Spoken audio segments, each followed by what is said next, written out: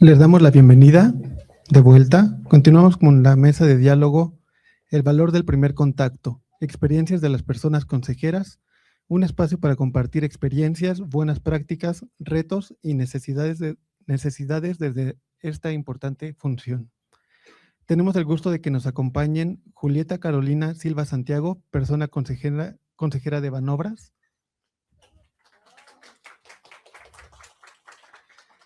Lisette Karina Jasso Espino, persona consejera de Casa de Moneda de México. Claudia Raquel Rentería Espinosa, persona consejera de CONSAR. Yaneli Guerra Díaz, persona consejera de FINABIEN. Y José Manuel Rosas Méndez, persona consejera de la Secretaría de Hacienda. La moderación estará a cargo de Mirna Eugenia Acevedo Salas, titular de la Unidad de Igualdad de Género de la Secretaría de Hacienda, a quien le cedemos el uso de la voz para conducir esta mesa. Muchas gracias. Buenas tardes ahora. Vamos a platicar, a compartir de una manera muy abierta, relajada, ¿no? Es la invitación. Desde nuestra experiencia, nuestras experiencias como personas consejeras, porque bueno, nos están acompañando muchas personas consejeras también del sector y de la Secretaría de Hacienda, y justo respondiendo como a una necesidad expresa en las últimas sesiones de capacitación que tuvimos con personas consejeras en la Secretaría de Hacienda, que nos externaban la necesidad de estos espacios, ¿no? Intercambio, interlocución, reconocer mejores prácticas, identificar áreas de oportunidad, pero entre pares, ¿no? Como personas consejeras y de la mano con las y los otros actores institucionales que están mandatados en el protocolo para justo prevenir, atender, investigar y bueno, al OIC sancionar este tipo de conductas. Y el objetivo de esta mesa es reconocer el valor estratégico que tenemos como personas consejeras, como instancia de primer contacto en la implementación del protocolo para la prevención, atención y sanción del hostigamiento sexual y el acoso sexual, mediante el intercambio de experiencias y buenas prácticas que fortalezcan la atención, la orientación y la canalización a presuntas víctimas en las instituciones del sector hacendario.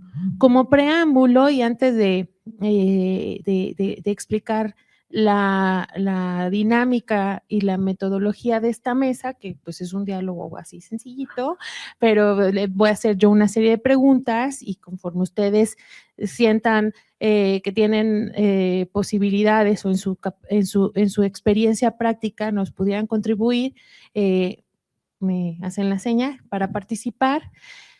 El valor del primer contacto. Como todas y todos sabemos y no nos podemos abstraer de la realidad y el marco y el contexto nacional. En nuestro país tiene una de las problemáticas más fuertes es la violencia de género, la violencia que enfrentan las mujeres y las niñas en razón de género por ser mujeres. Y una de las premisas y de las necesidades más urgentes en las mesas interinstitucionales, intergubernamentales, que se identifican para poder brindar una mejor atención en todos los niveles, es el primer contacto. Fortalecer a los primeros respondientes en todos los ámbitos, del ámbito nacional, el primer contacto, los primeros respondientes, las primeras personas que tienen la aproximación con las presuntas víctimas son cruciales para el resto de la atención. Y de esto lo digo justo porque eso es lo que pretende el protocolo para integrar esta figura, ¿no?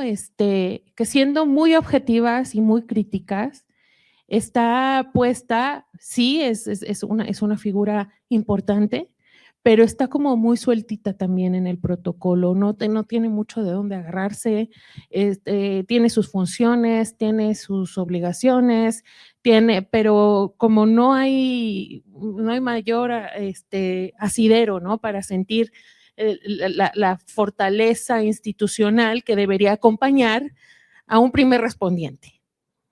Y la certeza institucional que debería de tener una persona que está, sí, bien no representando a la institución, pero está siendo parte de la estrategia institucional para poder revertir esas situaciones vividas. Dicho esto, y no para asustarnos, justo para colocar en esta dimensión, esta figura, ahora sí como tropicalizada la administración pública federal de lo que sería un primer respondiente en territorio, pues nosotros seríamos esos primeros respondientes, esa aproximación que tiene que tener, como lo dice el protocolo, pues estos elementos de una cara humana que no juzga, que no va a interpretar o asumir previamente la gravedad o no de las circunstancias que nos vayan a compartir. Entonces, la primera reflexión, pregunta para este momento es desde su experiencia como personas consejeras, ¿por qué consideran que el primer contacto es determinante para la atención de una posible víctima de hostigamiento sexual o acoso sexual en sus instituciones desde lo que han visto, cómo lo han vivido? ¿Quién quiere participar?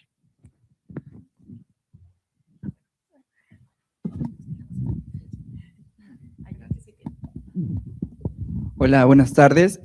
Buenas tardes a todas y a todos. Bueno, mi experiencia creo que la primera línea es muy importante porque esta primera línea a lo que yo he vivido puede salvar vidas, ¿no? El ser humano está constituido por muchos patrones, muchos comportamientos. El cerebro humano está hecho para sobrevivir, entonces puede que en muchas ocasiones tengamos diferentes narrativas, diferentes historias que van a hacer que nuestros comportamientos surjan. Entonces, la víctima que vive violencia viene con una realidad. En ocasiones también me ha tocado ver, en este caso, que son más víctimas del género femenino, que vienen con una realidad en donde piensan que tienen una locura o que a veces los comportamientos que tienen pues están justificados por su género, ¿no? En este caso es como, quiere salir conmigo y entonces pues me da miedo decirle que no por mi trabajo, entonces no sé si estoy loca, ¿no? Si me estoy imaginando cosas, todavía no me manda mensajes, pero siento su mirada, ¿no? Entonces, en ocasiones, la violencia o este acoso o hostigamiento puede ir escalando. Entonces, ya cuando, bueno, por mi experiencia y por lo que he leído en algunos artículos, cuando viene la víctima a la denuncia, muchas veces es porque ya hay un estrés o ya hay un trastorno o ya hay algo más grande. Entonces, cuando vienen, nosotros como primera línea podemos ser los ejes principales para mostrarles otra realidad, ¿no? Ellos van a venir con la realidad de la violencia, con la realidad del hostigamiento. Nosotros podemos brindarles ese acompañamiento sin juzgar, escuchando, entendiendo qué es lo que está pasando, ¿no? Hacer preguntas interesantes para conocer el contexto sin revictimizar, ¿no? ¿Qué hacías ahí? ¿Por qué estabas ahí? Si te tiraba la onda, entonces, ¿por qué no te fuiste, no? Sino entendiendo el modo, el tiempo, el lugar. Su cerebro está configurado de diferentes maneras. Si se dan cuenta, si ustedes en algún momento dado olvidan las llaves, lo que pueden hacer es replicar el comportamiento que estaban haciendo, si estaban en la computadora, si fueron por un café, y sola la mente va a ir reconstruyendo los hitos o va a ir reconstruyendo esta historia. Entonces, es lo que le va a ayudar en este caso a la presunta víctima, la reconstrucción, ¿no? ¿Dónde fue? ¿Cómo fue? ¿Qué sentiste? ¿Qué emociones tenías? ¿No? Entonces, muy genuinamente ellos se van a ir con más paz. ¿Por qué? Porque descargaron toda la emoción. Entonces, nosotros somos los encargados de mirar otra alternativa, pero también sacar un poco de la fortaleza que en ese momento se olvidó por el estrés, si lo quieren llamar así, por el shock. Entonces es muy importante que nosotros podamos mostrarle otra realidad para que ella después tome decisiones, ¿no? Si se va a ir al órgano interno de control, si se va a ir a otra secretaría, si se va a ir al comité de ética. Entonces, creo que genuinamente somos una parte en la cual podemos salvar una vida, pero aparte mostrarle otra realidad. ¿Alguna de ustedes?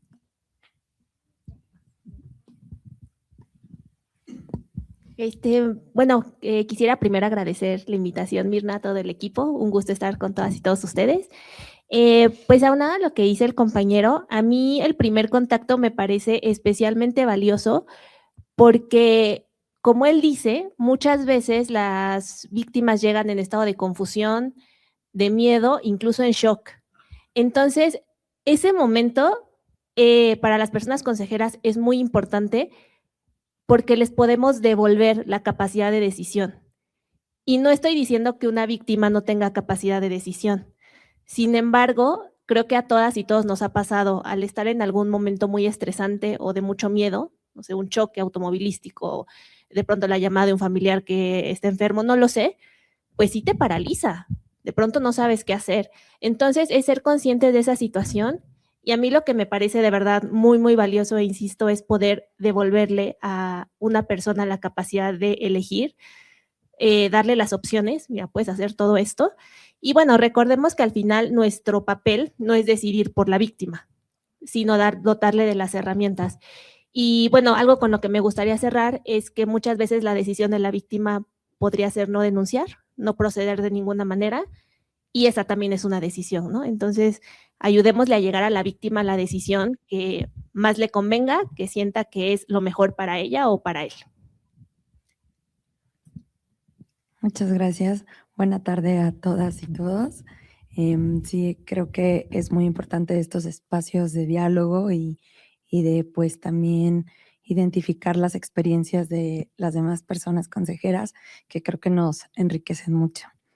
En cuanto a la pregunta, quisiera decir que yo lo veo como un punto determinante en el que la persona que se acerca de por sí ya trae cierta carga y estigmatización dentro de sus ambientes laborales, porque sabe perfectamente que se van a enterar que denunció.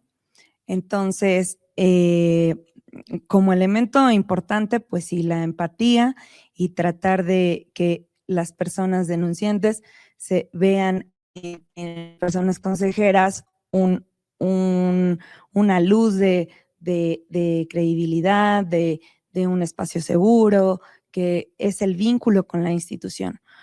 Somos la cara de la institución para darle confianza a esa persona en este procedimiento. Ahora, justamente creo que en cuanto ya a la parte normativa del procedimiento sirve muchísimo, porque este es el inicio de todo que permitirá en algún momento hacer las investigaciones correspondientes de la instancia que sea, ya sea del comité o del OIC. Y me refiero a que en este momento puedes tú llevar a la persona denunciante a que robustezca su denuncia y pueda aportar elementos de circunstancias de modo, tiempo, lugar, para que llegue robusta la denuncia y no permitas que o no esté en un escenario en el que se revictimice en subsecuentes etapas. Entonces, creo que hacer un trabajo en el que tengas conocimiento absoluto de ambos procesos, ya sea del comité de ética como el del órgano interno de control, permiten que esta información que te dan las personas denunciantes realmente contenga todos los elementos y que esa persona haga un vínculo contigo y tú la orientes ya de manera técnica para que pueda tener un camino menos atropellado en términos de la revictimización, ¿no?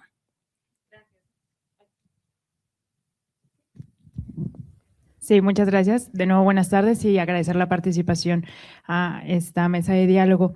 Pues resumiendo un poco lo que comentan mis compañeras, finalmente las personas consejeras somos una figura de acompañamiento y de brindar confianza a las personas que se acercan con nosotros. Entonces, creo que si bien ya lo mencionábamos hace ratito, no es una tarea fácil, pero eso no es para espantarnos. Creo que lo que buscan las personas que se acercan con nosotros es encontrar un lugar seguro, un lugar de confianza y un espacio en donde puedan ser escuchadas, que creo que es una de las primeras cosas que necesitamos, ¿no? Para poder recibir a las personas. Entonces, resumiendo un poco, es asegurar que ese momento en el de primer contacto sea un lugar seguro, un lugar de confianza y en donde podamos brindar asesoría especializada a las personas que se acercan con nosotros. ¿Por qué la importancia? Porque en nosotros va a recaer justamente esa sensación de las personas de decir, es aquí en donde me dijeron que debía llegar, ¿no?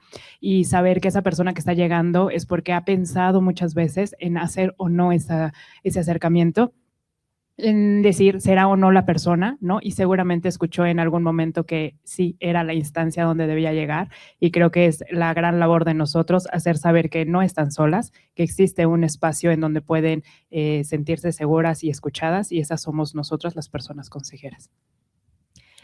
Bien, ya han destacado y comentado la importancia de el espacio seguro, ¿no? ¿Cómo hacemos que se dice fácil, pero cómo generamos un espacio seguro dentro de una institución en donde una persona ha sido vulnerada en sus derechos?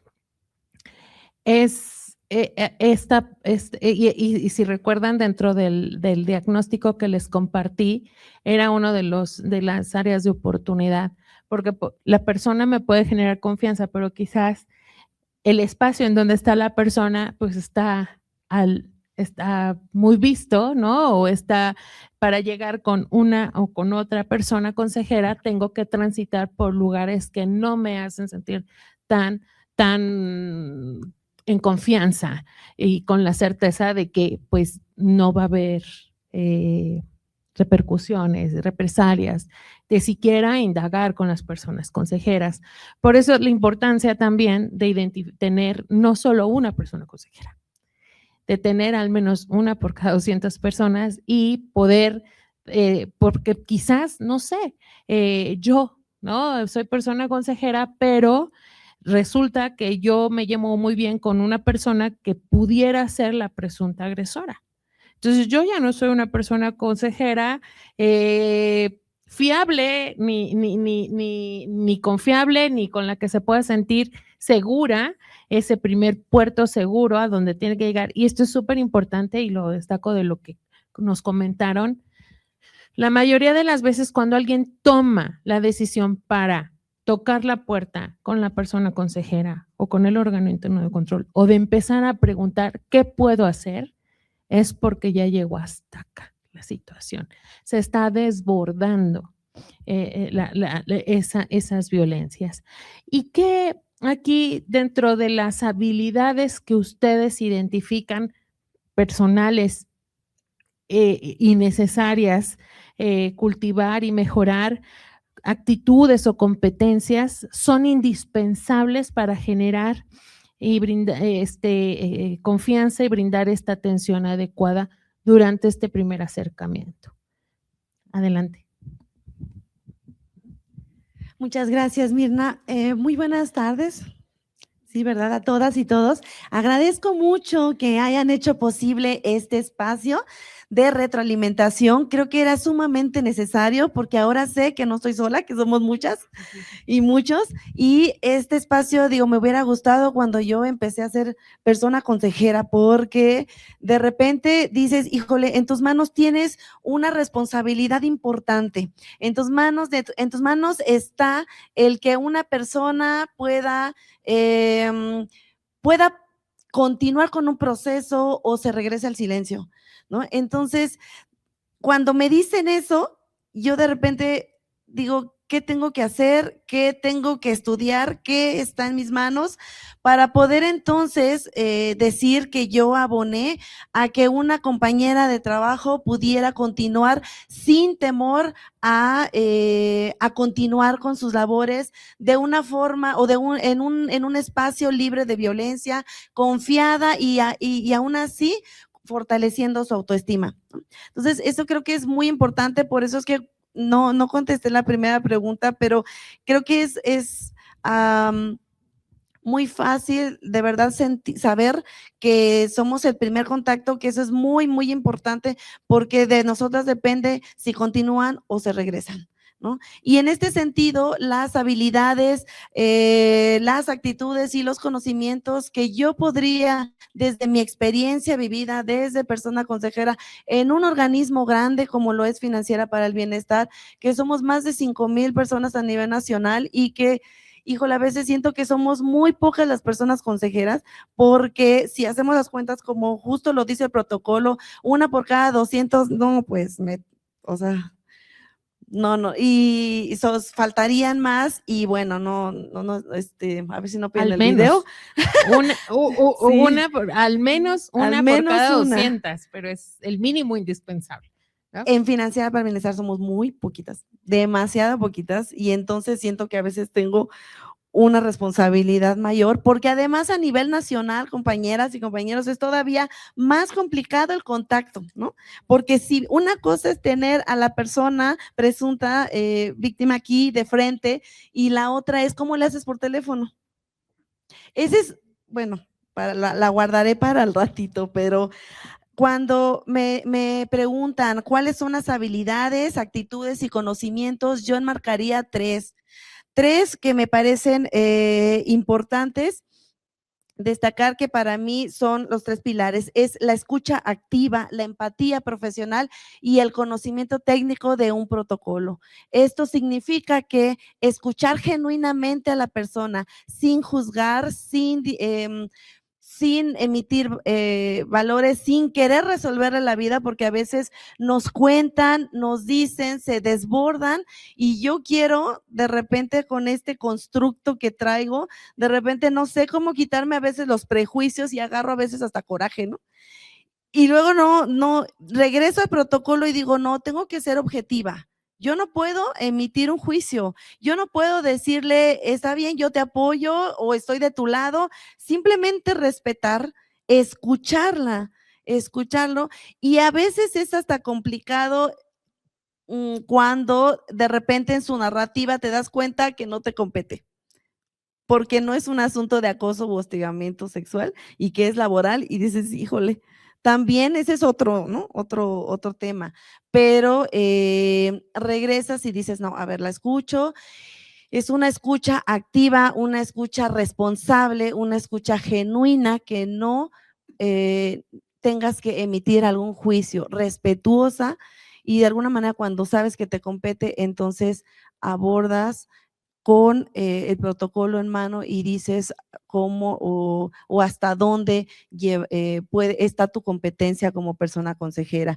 Y por supuesto, la empatía profesional, ¿no? No desbordarnos en este sentido, no significa involucrarnos emocionalmente hasta perder la claridad, ¿no? Significa reconocer el impacto de lo que está aconteciendo y pues de una manera profesional guiar a la persona. Y claro, el conocimiento técnico del protocolo, por supuesto, entender que el protocolo, cuando tú logras traducir este protocolo a una práctica viva, entonces se convierte en una herramienta para la protección de los derechos de las personas, ¿no? En este caso de las mujeres, que han sido más mis clientas.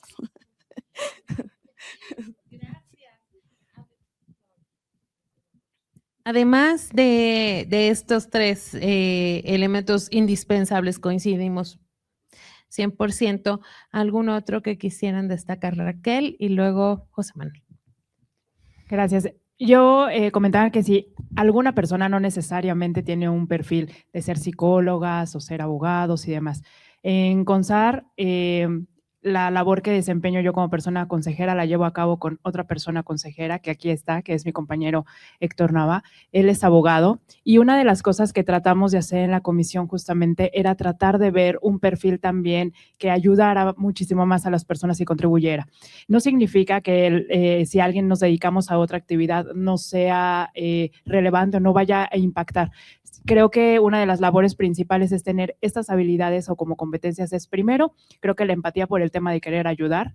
Ya hablamos de tener una actitud primero de servicio público, pero sí de poder empatizar con las personas, de sensibilidad, de tener esta escucha activa, de la parte jurídica, ¿no? Y de seguirnos como capacitando y de evitar justo como esta parte que tenemos de en algún momento había de prejuicios, de estereotipos y demás. Entonces creo que lo principal es tener esta actitud de servicio, ¿no? De querer tocar un tema que es sensible, ¿no? También de que no nos cause justamente como cierta, no sé decirlo, como comezón, escoria, al escuchar estos temas también, porque no es una tarea fácil, pero creo que el hecho de plantarnos bien en decir, hay un respaldo de un protocolo, de un código de conducta, hay leyes que nos están acompañando, ¿no? Un órgano interno de control, un comité de ética al cual también se pueden acercar y que respondiendo por allá a alguien que hacía una pregunta de por qué no van directamente las preguntas o más bien las denuncias directamente ahí, porque creo que también nuestra labor como personas consejeras es establecerle las vías, los alcances que pueden tener estas personas y que nuestra labor es de acompañar y asesorar, pero no también sentirnos con esta responsabilidad de que si no hay una respuesta, una consecuencia que nosotros quisiéramos por los mismos estereotipos, no depende de nosotros, ¿no? Es como esta escucha de ir al psicólogo, lo escuchas, ¿no? Ese psicólogo te da una orientación y bueno, saliendo seguro de ese consultorio, la persona debe seguir, ¿no? Para escuchar a otro paciente más. Es un poco como esta labor que nosotros hacemos, una escucha activa y dejar que eso siga fluyendo, ¿no? Sí, y mantenernos bajo esta conducta también ética, ¿no? De principios y valores que bien debemos representar, porque si las personas se acercan con nosotros es algo que debemos reflejar, ¿no? Muchas gracias. Yuli. No. Tú, José Manuel. Ay, sí es cierto, perdón. Gracias. Yo recuerdo algo que decía mucho mi profesor de la facultad y va justo con lo que dicen las compañeras. La escucha activa tiene algo muy importante. Tenemos que escuchar para entender, no para responder. Estamos muy automatizados a responder. Véanlo ustedes en sus charlas cuando van con su familia o cuando van con sus amigos o a una cita, ¿no? Preguntan algo y luego, ¿qué vamos a responder? Pero de verdad estamos entendiendo. Entonces creo que esa es una de las variables más importantes como personas consejeras. Pero también, aparte de las otras, empatía, creo que el análisis de contexto, ¿no? Es algo que no nos dicen mucho y todas estas habilidades hay que practicarlas, ¿no? En un momento dado pónganse en el espejo y comiencen a practicarlas, ¿no? Porque es muy fácil decir escucha activa, pero ¿qué es, no? Es muy fácil preguntarse, ¿cómo más puedo tener empatía? ¿No? Y entonces esas habilidades son cosas que se van haciendo. En el consultorio, cuando vienen los pacientes, pues eso es lo que tratamos de hacer, ¿no? Reconfigurar su formato de realidad.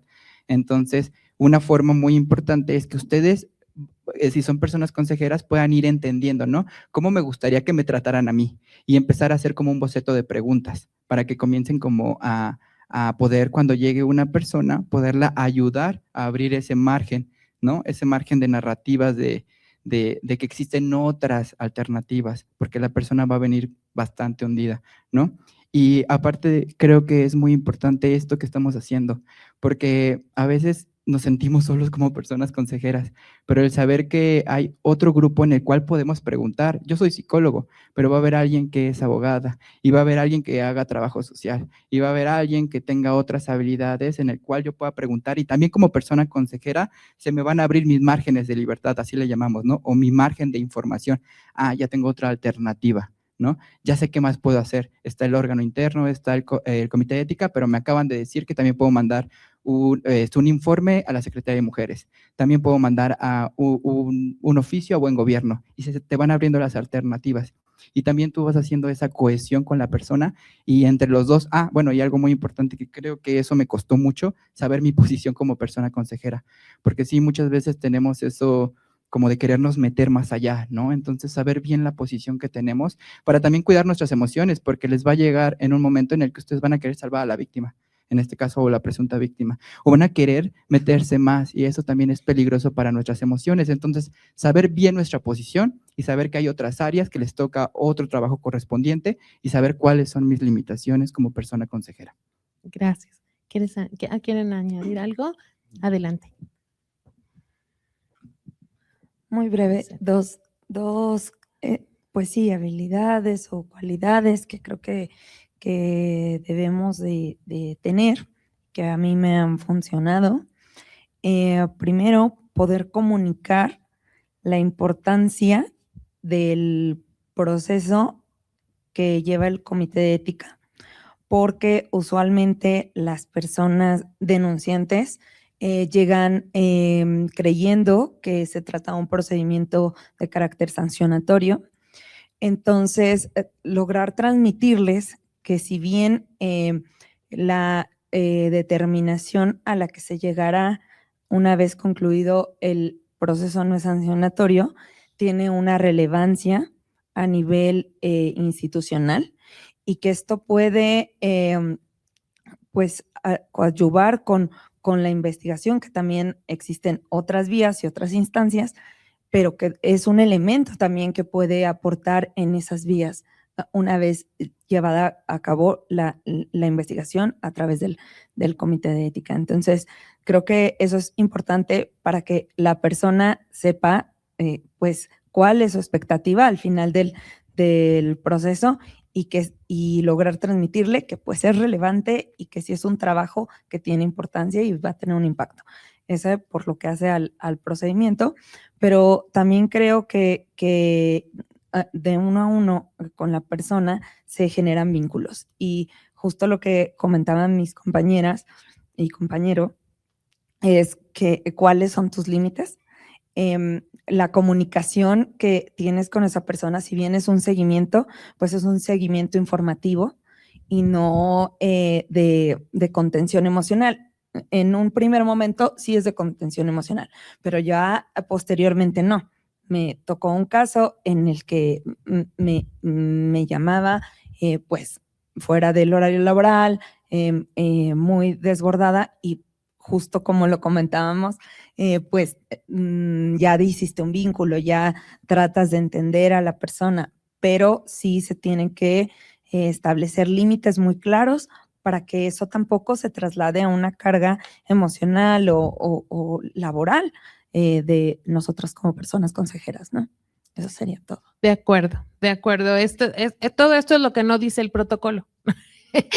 No lo dice el protocolo, o sea, que sí, o sea, sabes que la están pasando mal y recibes un WhatsApp, estás de vacaciones o es domingo a las 4 de la tarde y puedes, o sea, cómo marcas ese límite y es súper importante esto que destaca, ¿no? O sea, sí, esta empatía profesional e institucional, ¿no? Dejar muy claro cuál es el marco de actuación y si bien se pueden generar vínculos o si tienes tú el dato de una especialista y ella lo necesita, quizás lo puedes compartir, pero eso es muy, muy, muy importante en estas habilidades y yo nada más quisiera adicionar esta parte o sea, la importancia del conocimiento técnico del protocolo y no solo del protocolo, sino de toda la normativa que acompaña al protocolo en materia de atención a las violencias, de atención a presuntas víctimas, irnos empapando de este marco normativo para que justo podamos dar ese acompañamiento integral. Yo sé que la función de personas consejeras es adicional a todo lo demás que ya tenemos, ¿no? Pero es súper importante y esta parte, el conocimiento técnico es tener pues, las habilidades y el conocimiento, ¿no? Para que esto le va a brindar también certeza y seguridad a quien estás acompañando. Saber que hay un marco normativo nacional, internacional que está respaldando este procedimiento institucional. Muchísimas gracias por compartir estas reflexiones y ahora, sin referirnos a casos particulares, porque tenemos obviamente que cuidar el tema de la confidencialidad, ¿cuáles han sido los principales desafíos que han enfrentado en el ejercicio de sus funciones como persona consejera y cómo las han abordado? Con un desafío. Empezamos por acá, por Julie. Pues a mí me gustaría referirme, Mirna, al tema de la presunción de inocencia, porque creo que cuando hablamos de atención a casos de hostigamiento y acoso sexual, esto de la presunción de inocencia y las posibles denuncias falsas siempre es algo que está rondando, ¿no? Pero ¿y qué pasa? ¿Y qué pasa ahí y eso? Entonces, bueno, el abordaje o la reflexión que yo traigo, y me da mucho gusto que coincide con lo que dijeron las personas servidoras públicas del OIC que nos antecedieron, es que el primer contacto, ese momento que tenemos las personas consejeras y la determinación de responsabilidades son momentos y funciones distintas. Y eso lo tenemos que tener muy claro nosotras, porque por acá dijeron hace rato y me resonó muchísimo. De pronto te da coraje y quieres resolver y quieres que haya sanción, claro, ¿no?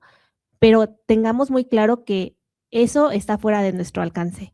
Y también seamos claras y claros con las víctimas, ¿no? Nuestro alcance no va por ahí, nuestra función no es esa, están las instancias correspondientes y ellas serán quienes determinen, en su caso, las sanciones. Entonces, pues yo cerraría con diciéndoles que es posible escuchar a las víctimas con respeto y con empatía y que eso no atente contra la presunción de inocencia, ¿no? Creo que es perfectamente posible teniendo claro nuestras funciones, nuestros alcances y teniéndolo claro también hacia las víctimas que atendamos. Gracias. Bueno, desafíos. Dices que nada más uno, pero yo tengo muchos. Bueno, pero muy breve, muy breve. Primero nada más aclarar que obviamente todas las personas consejeras que estamos aquí lo vivimos diferente por la institución que representamos y por supuesto que lo vamos a vivir de forma distinta y cada una y uno de nosotros tenemos condiciones distintos respaldos, ¿no? Y bueno, apoyos que para algunas puede ser más fácil ser una persona consejera, pero para algunas otras es más complicado, ¿verdad? Entonces, en este caso, sirvas mi experiencia para quienes les pueda ayudar a lo mejor no sentirse tan solos o solas, pero en mi caso, los desafíos que yo puedo identificar primero es tal vez llevar a la práctica el protocolo a la vida real, ¿no? Es decir, no basta con conocer el texto normativo, sino cómo de repente llevas este documento a la práctica real, ¿no? Ya cuando tienes a la presunta víctima o a la persona y la estás escuchando y dices, bueno, y ahora este protocolo, ¿cómo lo coloco? ¿Cómo se lo pongo? ¿No? Finalmente lo conozco, ¿ok? Y empiezas a desmenuzar, empiezas a entender. Por eso es que es efectivamente, como lo dice Mirna, tan importante conocer el protocolo como las leyes que pueden fortalecer este conocimiento. Los diferentes marcos normativos yo creo que nos van a ayudar a entender los tipos de violencia, las modalidades, tan sencillo como identificar si es un hostigamiento, es acoso, y no porque le tengamos que dar una clase a la persona, ¿verdad? Sino es para saber cómo por dónde abordar y saber en este sentido guiarnos sin salirnos de lo que el propio protocolo nos indica. Entonces, es esta parte de entender el protocolo y llevarlo a la práctica o a la vida de una persona. Y por supuesto, otro desafío que yo me enfrento es compatibilizar las actividades que tenemos, es compatibilizar esta responsabilidad de ser persona consejera, pero también con nuestras actividades, con nuestro quehacer diario. A veces estamos tan saturadas y saturados de actividades que dar inmediatez a una atención es sumamente complicado.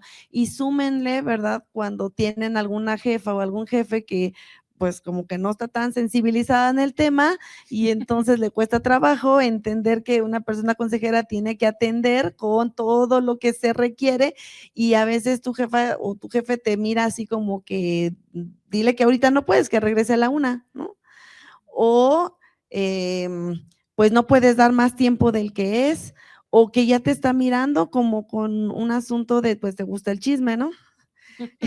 Y es que es eso, o sea, creo que un reto, más que un desafío, es lograr defender tu rol de persona consejera y hacerle entender a tus compañeras de trabajo un respeto, porque si no tienes el espacio para atender, deben de entender que esto es importante, que deben de darte el espacio a tus autoridades que te permitan hacer este trabajo, ya que te nombraron, ya que tú eres responsable y te depositan pues una responsabilidad, entonces parecería que tienes que estar como defendiendo este rol. Y otro desafío que, bueno, yo puedo identificar, pues es la escucha libre sin prejuicios. Creo que ese es importante y no meternos con un asunto de estereotipos.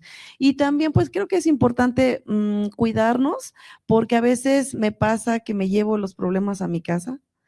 A veces pasa que el escuchar a la víctima me puede pegar mucho y entonces llego a casa y estoy pensando en cómo, yo sé que mi competencia no es resolver ni investigar, pero aún así el escuchar a una persona con una historia sumamente complicada y empatizar con ese caso, yo debo entender como persona consejera que no es un esfuerzo individual, que es un esfuerzo colectivo, que es un esfuerzo de la institución, que somos un equipo, ¿no? Que es la OIC, que es el Comité de Ética, que es Recursos Humanos, que es Administración y Finanzas, que soy yo, y que juntos debemos hacer sinergia para atender un caso y tomarlo con la seriedad posible, pero a veces como persona humana que soy, a veces es complicado salir, decir, hasta aquí soy la persona consejera y luego llegar a mi casa y ya soy la mamá o soy la hija y soy la hermana, ¿no?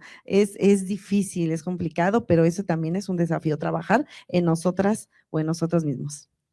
Muchas gracias. Voy a retomar aquí tu participación porque nos compartías, José Manuel, ¿no? En un consultorio, un profesional, psicólogo de cualquier rama que sea, bueno, pues está habilitado y estudió y practicó para justo next, ¿no? Y tiene muy claro hasta dónde llega y todo.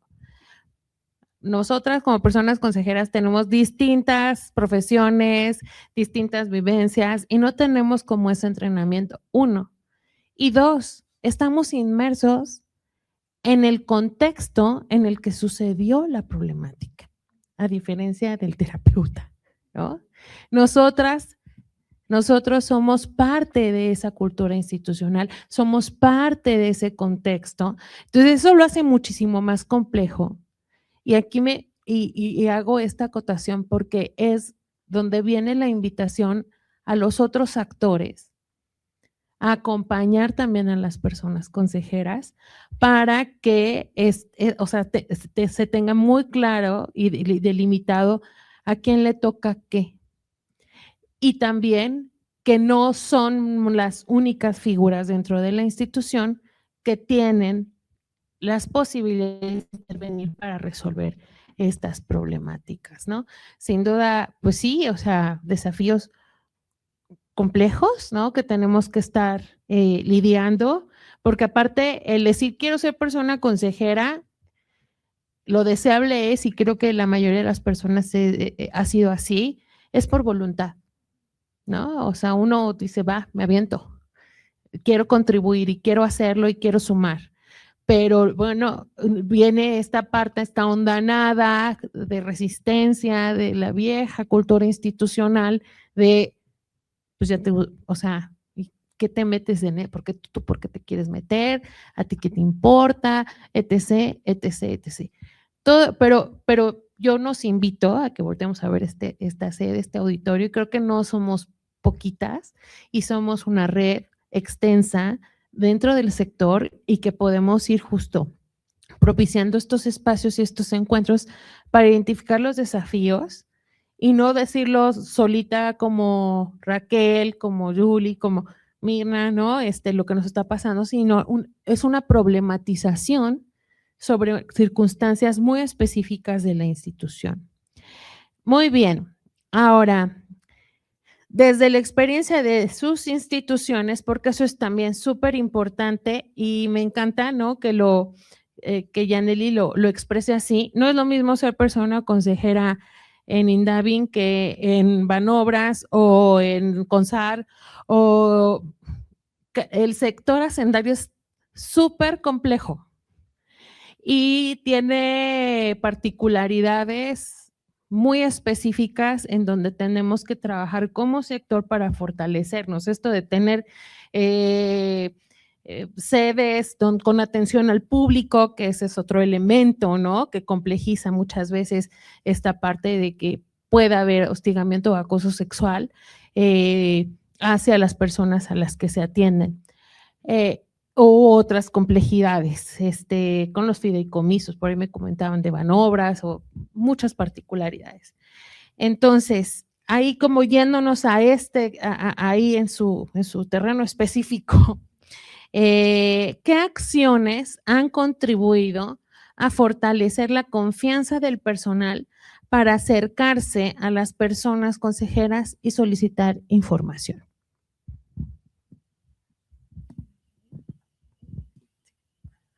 ¿Yo?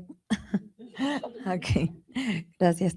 Pues yo quiero compartir dos que creo que fueron dos acciones que propiciaron la difusión de las personas consejeras y también de que pues la población de Casa de Moneda supiera que existe un procedimiento, cómo es, cuáles son las conductas y los elementos de las conductas.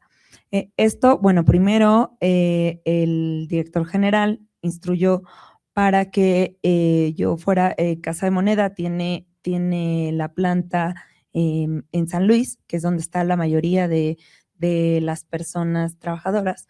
Entonces yo fui de comisión para que me conocieran, impartí 8 pláticas en donde les platiqué acerca de las funciones de las personas consejeras, del procedimiento que se lleva ante el Comité de Ética y de las conductas, específicamente de hostigamiento y acoso sexual, para que supieran de algún tipo de conducta o expresión de la conducta que no necesariamente es común que sepamos cuáles son las conductas, ¿no? Entonces, este tipo de difusión, de ponerle cara a la persona consejera, sentirla más cercana, ayudó mucho porque pues me buscaron muchísimo más y no todas, como bien lo decías en algún momento de esta sesión, no todas llegan a una denuncia, pero sí hay un acercamiento y les resulta mucho más confianza, más cercano conocerte y que tú como persona consejera les expliques. Ahora, esa es como una práctica que funcionó. También yo no participé en los desafíos, pero pues sabemos que hay muchos vacíos normativos, entre ellos la documentación de nuestras actuaciones. Y una de las prácticas que ha funcionado es como anexo al formato de primer contacto, una suerte de acta en donde se documenta qué ocurrió en la sesión, cuál es la información que se le está dando a la persona denunciante, y asegurarnos de que haya entendido perfectamente todo lo que conlleva y sobre todo la narrativa que como personas consejeras ayudamos a las personas denunciantes. Esta narrativa ya lleva cierta formalización porque la firma y tiene todos los elementos de una denuncia. Entonces, uno también desafío que hay dualidades en las conductas. No necesariamente solo van y te platican las personas sobre los actos de naturaleza sexual. También muchas veces, y la verdad es que es una violencia que también es desproporcionada hacia las mujeres, es la laboral, que es acoso o hostigamiento laboral, que se combina muchas veces no solamente del jefe a la persona subordinada, sino puede ser incluso generalizado o grupal. Entonces, ser omisas ante este tipo de denuncias, porque nuestra actuación solo tiene un alcance en materia de actos de naturaleza sexual, me parece pues un poco irresponsable porque al asentarlo en un documento se hace conocimiento al comité de las conductas y si bien pues no viene como tal que puedan actuar de manera oficiosa, ya resulta como una suerte de denuncia la propio acta, ¿no? Ya trae, tú ayudas a que denuncie con los elementos y los requisitos de denuncia y la va a traer el acta. Entonces, el comité perfectamente puede tomar de ahí como denuncia la narrativa de la persona, ¿no? Entonces, bueno, serían ahí dos prácticas que pues nos han funcionado. Bueno, coincidimos justo en esas prácticas porque ¿no? En la comisión lo que ha funcionado es justamente el tener la difusión de las personas consejeras, hacernos visibles, ¿no? A través de, en este caso, correos electrónicos, ¿no? Con la fotografía, los datos de contacto, en donde nos encontramos ubicados, para que puedan las personas saber que ahí hay alguien, ¿no? Que pueda en algún momento escucharles, hacer difusión también de que esa información se encuentra en la intranet, por ejemplo. Tenemos un portal de integridad en donde está el directorio con fotografía, con los datos de contacto, y eso es otra pues de las estrategias que ha funcionado. Y creo que también de las estrategias que si bien no están como propiamente planteadas ahí, es la congruencia que puede haber entre la conducta que tenemos las personas consejeras en el día a día, también de esta congruencia de una conducta ética, ¿no? Que nos ven en los pasillos, que nos puedan escuchar en cualquier momento, porque pues que haga match justamente, ¿no? Lo que nosotros estamos predicando contra lo que nosotros somos también, porque creo que es una de las cosas que va a brindar confianza a las personas para que se puedan acercar. Si yo tengo una conducta ética, me apego a todos estos principios y valores, desde luego generaré una confianza muchísimo más cercana, ¿no? Y me costará muchísimo menos trabajo que la persona se pueda abrir en algún momento a contarme una situación por la misma confianza que ella puede dar afuera, ¿no? Sin necesidad de tener que plantearla o cómo establecerla en el momento de una recepción o en la atención de un caso, ¿no? Muchas gracias. A ver, ¿tú? Sí. Ahí también, ¿no?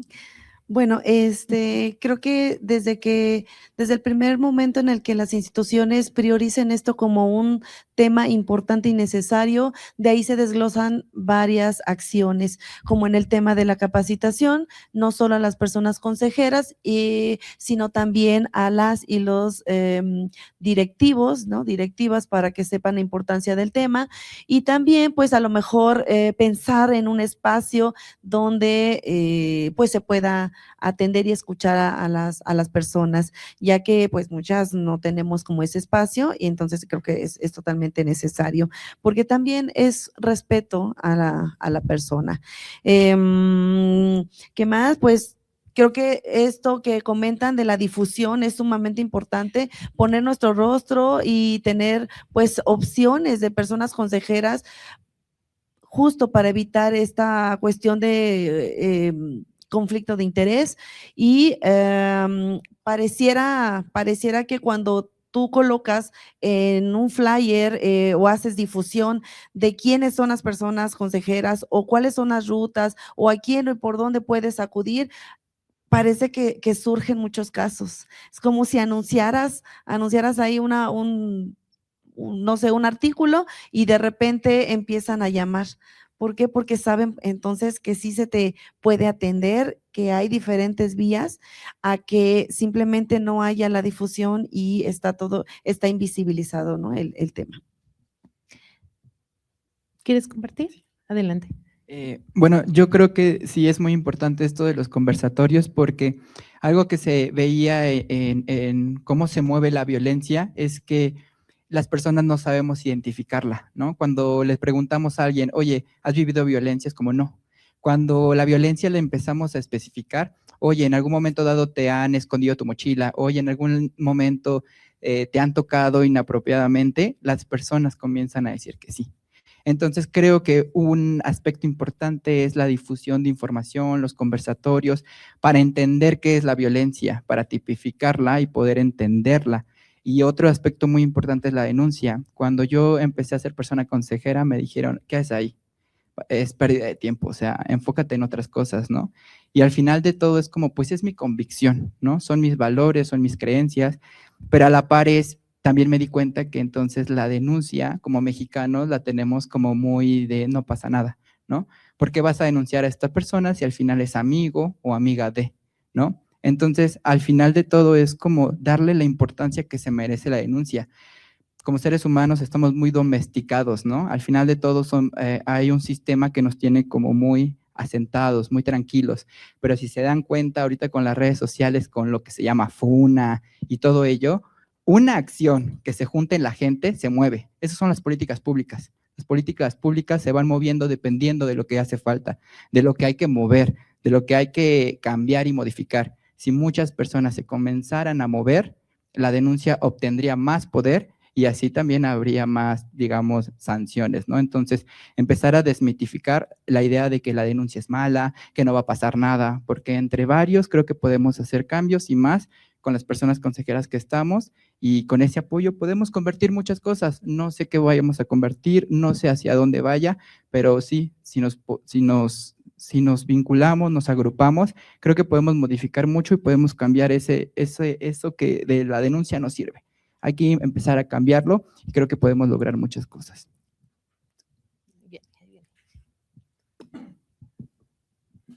Muy breve, yo nada más quería comentar que la pregunta se me hizo muy difícil porque sí creo que hay muchas acciones que favorecen la confianza e intuyo que se ha aumentado, por ejemplo, en manobras, pero no tengo la certeza. Entonces creo que sería muy importante, o sea, estaría ideal que fuera a nivel Administración Pública Federal, pero que se empiece a evaluar la confianza y la eficiencia de la persona consejera y de todo el protocolo, ¿no? Porque una figura no puede funcionar sin la otra, pero bueno, lo dejo ahí como comentario, sugerencia, idea. Creo que sería muy importante evaluarlo para entonces saber si realmente sí ha aumentado o no la confianza en la figura. De acuerdo. Destaco, sin duda, todo lo que mencionaron son buenas prácticas y nos ayudan a fortalecer a la figura de persona consejera y el actuar del protocolo, pero algo súper relevante que menciona Raquel es esta parte de la congruencia ética, ¿no? O sea, difícilmente si eres una persona asociada a prácticas autoritarias o a cubrirle las espaldas a personajes autoritarios o a replicar una cultura institucional caduca, violenta, etcétera, machista y demás, pues difícilmente va a haber confianza para que se aproximen a ti para poder denunciar, ¿no?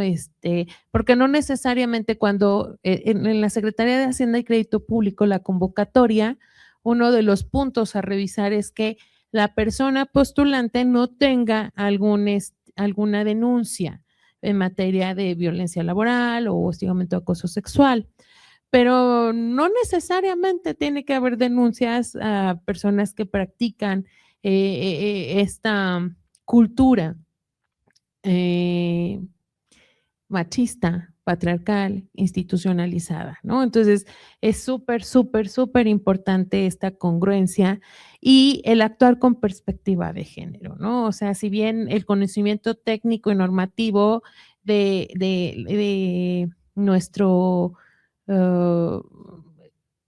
se me fue el término, andamiaje institucional normativo para la igualdad y la no discriminación es vasto, pues la letra dice mucho y si no se tiene la sensibilidad y esta perspectiva de género, leerlo desde el aspecto de la perspectiva de interseccionalidad y derechos humanos, pues bueno, la letra puede decir mucho, pero pues no se va a interpretar de la mejor manera o de la manera óptima.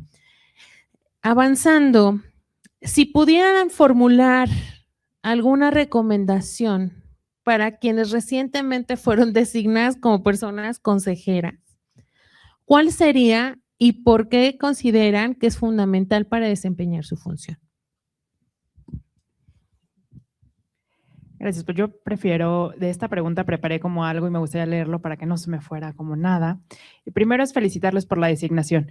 Ya creo que es como la segunda o la tercera vez que nos dicen de repente como de es una labor que hacemos muy importante y retadora, pero felicitarles porque este espacio creo que les va a servir justo como decía mi compañera. A lo mejor cuando nosotros iniciamos nos hubiera encantado tener esta mesa para saber también cuáles son los alcances. Entonces, se llevan creo que una gran herramienta y nos llevamos yo también ahorita escuchando a mis compañeras. Entonces, felicitarles por la designación y decir que el desempeño de la función como personas consejeras es una labor que contribuye al fortalecimiento de la administración y cultura del servicio público, con espacios libres de violencia.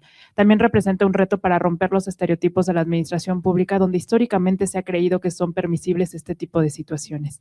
Somos parte de un gran engranaje y el primer contacto es primordial para canalizar y orientar a las presuntas víctimas de manera adecuada. Hacerles ver que no se encuentran solas, que existe acompañamiento y que hay mecanismos para la prevención, atención y sanción del hostigamiento sexual y del acoso sexual. Representa una función extra que no nos es remunerada de forma económica, pero que trae consigo un alto valor en la creación de instituciones con un mejor clima laboral y sobre todo, como ya lo mencionaba, con espacios libres de violencia, lugares de trabajo seguros, con respeto, lejos de discriminación y con cero tolerancia del hostigamiento sexual. Y nos recomiendo pues mantenernos actualizados para brindar asesorías adecuadas y buenas atenciones de primer contacto. Nos invito a visibilizar nuestra existencia en las pláticas que se generan en los pasillos, en el elevador o en el horario de comida. Promovamos la cero tolerancia al hostigamiento sexual y del acoso sexual. Rechacemos cualquier conducta de naturaleza sexual no deseada. Muy bien. Igual.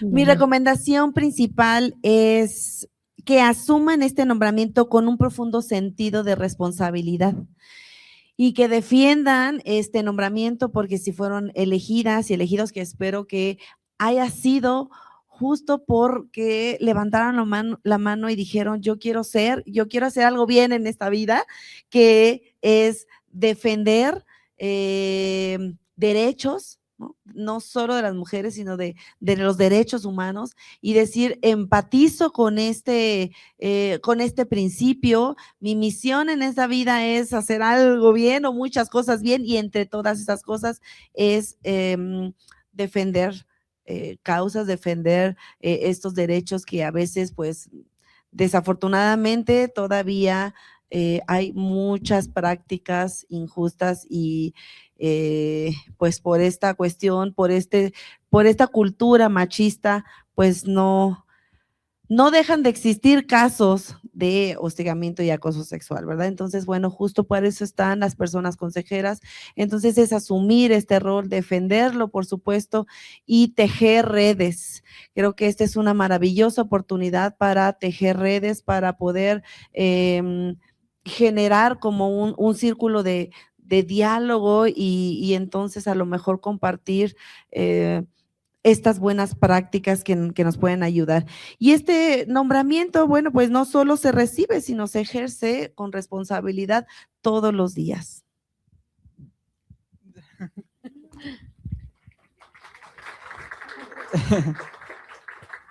Bueno, felicitarlos porque esto tiene que ver, quisieron estar aquí por sus valores, sus creencias, sus convicciones. Entonces, qué bueno, me alegra mucho que estén aquí. Necesitamos más personas que podamos identificar la violencia. Algo que a mí me ha pasado mucho es que pues estudien, lean, vivan. El mejor ejemplo es estar allá afuera. Van a ver tantas violencias, tantas injusticias. Entonces, poder entender ese contexto les va a ayudar mucho como figura de persona consejera. Algo también que les digo mucho, cuídense, ¿no? Cuídense mucho porque tuve un caso de abuso sexual muy fuerte que a mí me pegó mucho, ¿no? Entonces, aprendí con esto a que también es muy importante saber derivar, saber decir no puedo, ¿no? Entonces, porque la violencia en nuestros cuerpos humanos, sin que nosotros con la conciencia lo tengamos, va a haber manifestaciones, se van a cansar, se van a empezar a enfermar, van a venir más cansados, van a pensar que la realidad va a empezar a distorsionarse, puede que también sus narrativas se vuelvan en algunas ocasiones hasta negativas, ¿no? La vida es muy triste, la vida es peligrosa, porque es así, se van a cuestionar cosas. Entonces mi mejor recomendación, muchas felicidades, pero también hay que hablar de lo real, cuídense mucho, hablen con otras personas, tengan redes de apoyo, platíquenlo y en algún momento de la vida cuando ustedes piensen que no pueden, no se sientan débiles. Es un acto de responsabilidad, es un acto humano decir no puedo, traten de derivarlo o hablen con otras personas, chéquense, vayan a terapia para que también ustedes como figura consejera le puedan dar esa reparación a la otra persona, ¿no? Porque es una vida humana y esa persona viene mal, entonces cuídense mucho. Y de nuevo, muchas felicidades porque de verdad estar aquí es aprender mucho, mucho de la vida y pues felicidades por sus convicciones. ¿Alguien más? Y para ir cerrando esta mesa de diálogo y dar apertura a una ronda de preguntas y respuestas, por último, si pudieran formular una petición al comité de ética de su institución o al órgano interno de control para facilitar el desempeño de sus funciones como personas consejeras, ¿cuál sería?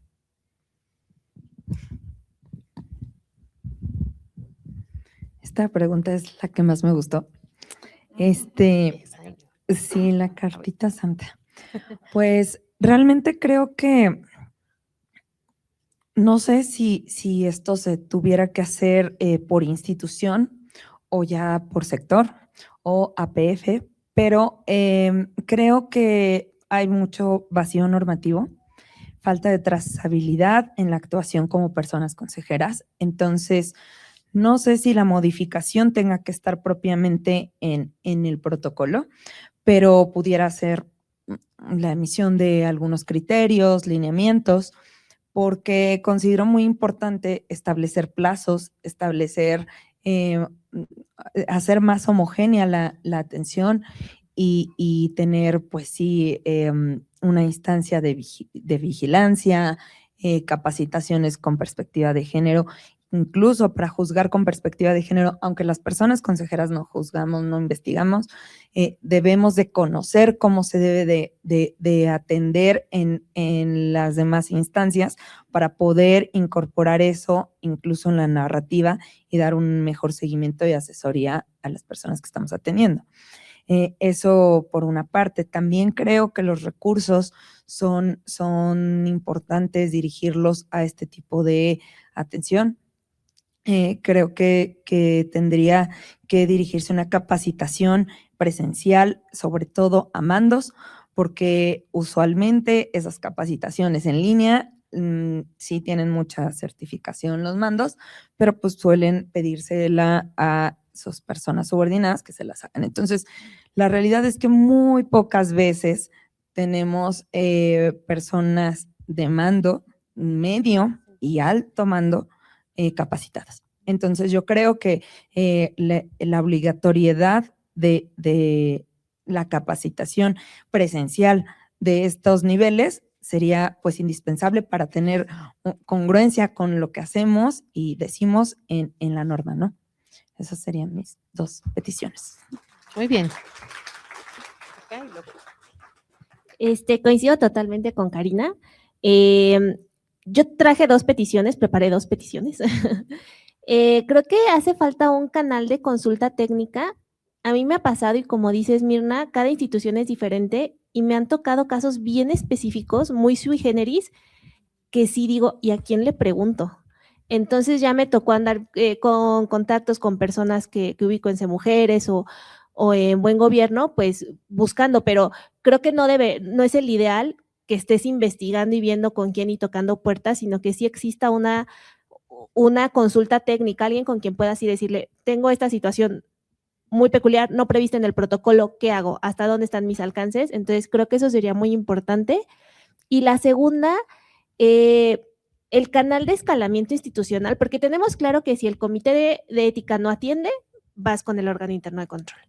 Pero si el órgano interno de control no atendiera, a mí no me ha pasado, pero y si me pasara, sé que es con Secretaría Anticorrupción y Buen Gobierno, pero ¿con quién? Digo, bueno, hago mi oficio y lo mando a este correo genérico que hay, a quien corresponda. Yo creo que por valija institucional no, porque pues es algo privado, entonces por correo. Entonces ya empiezan a haber como muchas dudas que vuelven a lo mismo, ¿no? Necesitamos un canal de consulta técnica para esas cosas, pero creo que esto ayudaría justo a lo que dijiste al principio, Mirna. A veces la figura sí está muy arropada con el protocolo, pero de pronto se siente un poco desvinculada ahí solita en el limbo. Entonces, bueno, esas serían mis peticiones.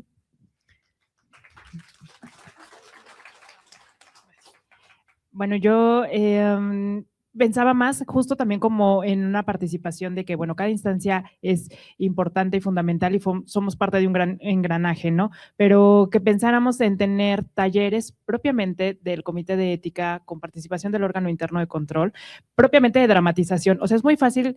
Yo creo que a lo mejor ustedes escuchan, como bien comentaba mi compañero, tener habilidades, escucha activa, tener confianza y demás, ¿no? Pero ya cuando estás en la operación y de repente te llega la persona y dices tú, ¿y cómo la abordo, no? Y si le doy agua, le doy un Kleenex, la dejo sentada, me retiro tantito. O sea, esta parte creo que es importante, pero también para darle un alcance al Comité de Ética y al órgano interno de control de lo que implica ser una persona consejera, ¿no? Porque si bien descarga una gran mayoría de cosas en nosotros, les digo, no es lo mismo cuando ya te llega la persona desbordada y cómo la contienes tantito, cómo esperas a que surja una narración, sumando un poco lo que dice mi compañera, de repente como, híjole, me surgió una duda, ¿y a quién se la consulto? Si a lo mejor la persona no la quiere denunciar o sí quiere denunciar o dijo, te cuento ahorita y después lo evalúo porque a lo mejor ya le diste las distintas vías y va a tomar apenas la decisión del canal hacia dónde se va a ir.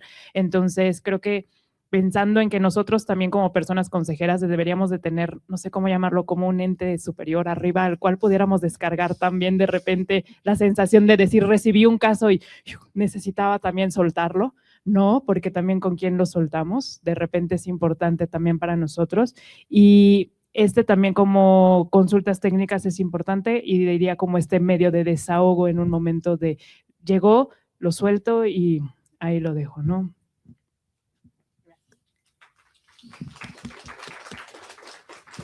Bueno, pues igual como dice en la cartita santa, ¿verdad? Yo sé que algunas no se van a poder y también podrían, bueno, creo que desde la experiencia a veces es importante pues tener esa comunicación muy, digo, como muy cercana con el órgano interno de control y con el comité de ética y no sé, tal vez la posibilidad de, digo, no sé si sea posible de generar un formato homologado, ya que cuando llega la persona víctima o la mujer en este caso, y desborda a veces o llega desbordada con estos sentimientos y comienza la narrativa, a veces dice, bueno, creo que no estaba preparada y entonces empieza a buscar así como que el formato de primer contacto, ¿no? Y entonces, bueno, ya a veces, bueno, lo tienes y comienzas como a notar lo más importante, pero cuando te das cuenta que comienza a dar detalles, a veces no eres tú la persona que tiene que escuchar tanto detalle, ¿no? Sino que sabes que esta persona o esta víctima tiene que llegar al comité de ética y tiene que narrar otra vez. Y luego llega al órgano interno de control y tiene que narrar otra vez. Entonces, justo evitar esta revictimización y generar como un formato homologado para que pueda tomar de ahí lo que le sirve a la persona consejera, lo que le sirve de ahí al órgano interno y lo que le sirve al comité de ética, porque si no, entonces esta víctima comienza a narrar muchas veces su historia y entonces es como saber en qué momento puedes evitar esta parte, a veces sin tener que estar como evitando o más bien diciéndole, no, espérame hasta aquí, ¿no? Para que no tampoco yo sé que ser persona consejera es el primer contacto y es muy importante porque ahí descarga y entonces depende de ti muchas veces si procede o no, como ya lo habíamos comentado, pero lo que quisiera saber es cómo pudiéramos evitar esta revictimización. Entonces, bueno, es ese formato homologado. Los tiempos, creo que los tiempos son muy largos para la resolución de de casos. Sé que a veces toda esta investigación y este proceso requiere su tiempo, pero a veces sí siento que son muy largos, tan largos que a veces las víctimas te miran por el pasillo y dicen, no me resolviste nada. Y entonces te empiezan a ver así como, ¿para qué fui contigo si no siento que haya una solución? No se han comunicado conmigo, no me han dicho nada, no me han dicho qué procede y bueno, pues es complicado a veces. Y finalmente, pues, creo que sí, ya comentaron lo de la capacitación. ¿Algo más que adicionar? Sí. Pues, pues por 5 de todo lo que dijeron mis compañeras, la verdad ha sido muy valioso. Yo me quedaba pensando también en algo que me rondaba mucho, y es todo lo que dijeron es sí muy importante, pero decía, cuando pasa el suceso, algo pasa en la oficina, ¿no? Hay un fenómeno bien interesante porque se empiezan a hacer como quien está cooperando con el jefe y quien está cooperando con la víctima, pero luego hay discursos que se transforman las dinámicas. Es una cosa súper increíble, ¿no? Entonces, yo creo que el Comité de Ética o el órgano interno de control, Jesucristo, no sé, alguien tiene que meterse y entender qué es lo que está pasando, porque muchas veces a la víctima se le puede dañar más porque hay ejercicios de poder hacia la víctima. Entonces yo decía como, bueno, ya se mandó la denuncia, pero ahí se queda, o sea, ¿qué pasa con la oficina? Yo sé que tal vez me puedan decir como, no, pues eso ya no es nuestro papel, pero sí sería interesante empezar a tener una conversación sobre ello, porque hay cosas que se mueven en las oficinas, totalmente. Y hay algo que también sé que van a decir como, pues no es parte de nuestra chamba, pero todo está interconectado. Entonces, ha habido casos en donde las familias hacen su justicia propia, ya sea pegando o asesinando y cosas así. Entonces, no meternos, pero ¿cómo poder pensar en hacer una colaboración con la psicoeducación a las familias?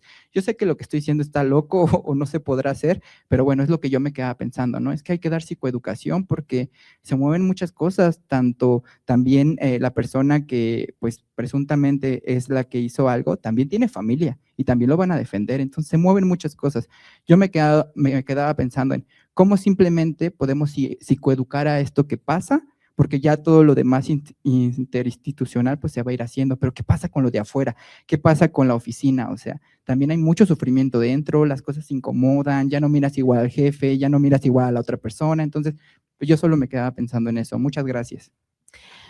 Muchas gracias, compañeras, compañero. Esta cartita no a Santa Claus, es a las instituciones, ¿no? Y bueno, yo tomo nota como unidad de género de cabeza de sector para poder hacer este diálogo, esta interlocución y poner esto al centro de lo que tenemos que conversar de manera paralela, quienes están en los comités de ética, con el órgano interno de control, con la Secretaría de las Mujeres, con Buen Gobierno, para fortalecer el protocolo, para que deje de estar en el limbo la figura de la persona consejera y todo lo que aquí se ha dicho. Quisiera precisar nada más, el formato, al menos las últimas capacitaciones que dio la Secretaría de las Mujeres para la certificación de personas consejeras, el formato está homologado, ¿no? Es el formato de primer contacto, pero quizás sí valdría la pena ver con cada uno de estos actores qué información específica te sirve a ti, ampliamos y demás, para tener un formato ad hoc para las tres instancias que debemos de aplicar el protocolo. En cuanto a los tiempos de resolución, pues sí es un tema de revisión normativa.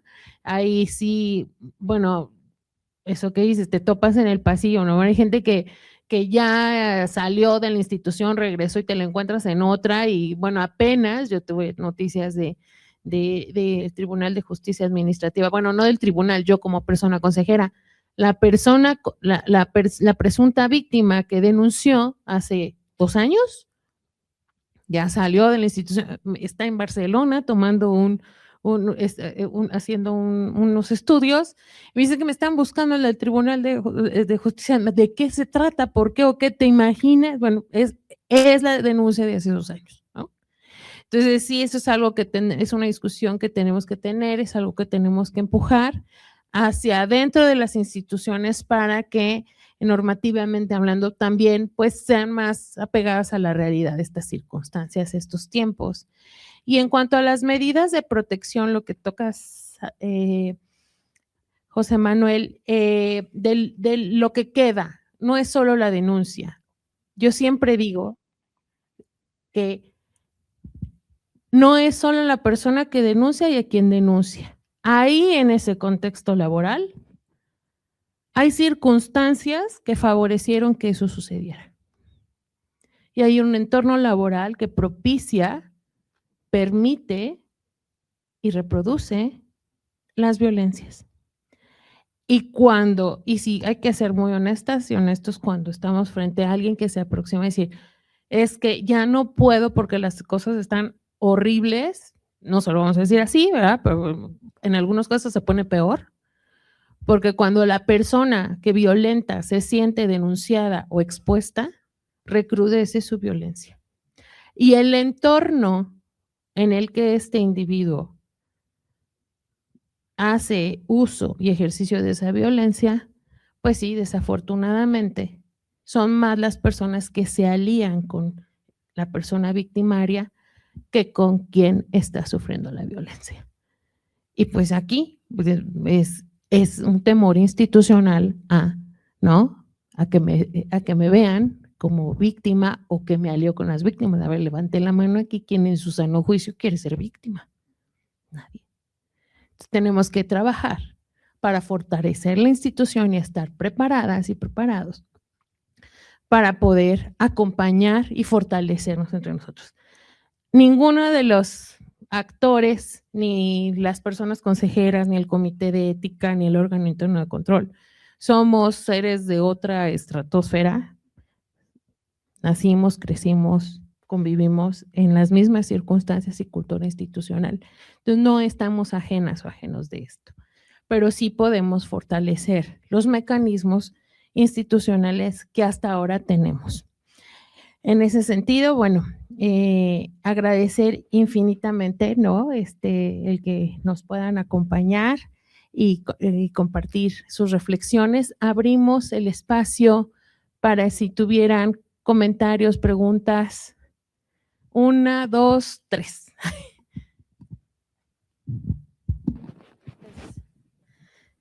Buenas tardes, compañeros. Bueno, sí. Ay, sí, me iba a soltar, perdón. Buenas tardes, compañeras y compañeros de personas consejeras. Al igual que ustedes, también les agradezco las palabras que nos han dicho a todos y a todas. Veo que sí es una labor, bueno, ya lo sabía porque había leído un poco al respecto, pero ya escucharles y demás, pues amplió más pensamientos y cuestiones. Entonces, pues muchas gracias por eso. Yo tengo 2 preguntas. La primera tiene que ver con lo que comentó la compañera Karina, que donde a veces se mezclan estas cuestiones de hostigamiento y acoso sexual con la laboral. Entonces, ahí quisiera preguntar, bueno, si les ha pasado algún caso así, ¿cómo lo han manejado? No sé si haya otra organización que también atienda los casos de violencia laboral. Si se les ha presentado, cómo lo han vivido o cómo lo han trabajado, ¿no? Y mi segunda pregunta tiene que ver con si les ha tocado algún caso de violencia fuera de la institución, o sea, alguien que trabaje en sus secretarías, en sus trabajos, pero que vayan con ustedes para una situación en casa, por ejemplo, o particular. Y si es así, ¿cómo la han manejado? Y demás. Entonces son mis 2 preguntas.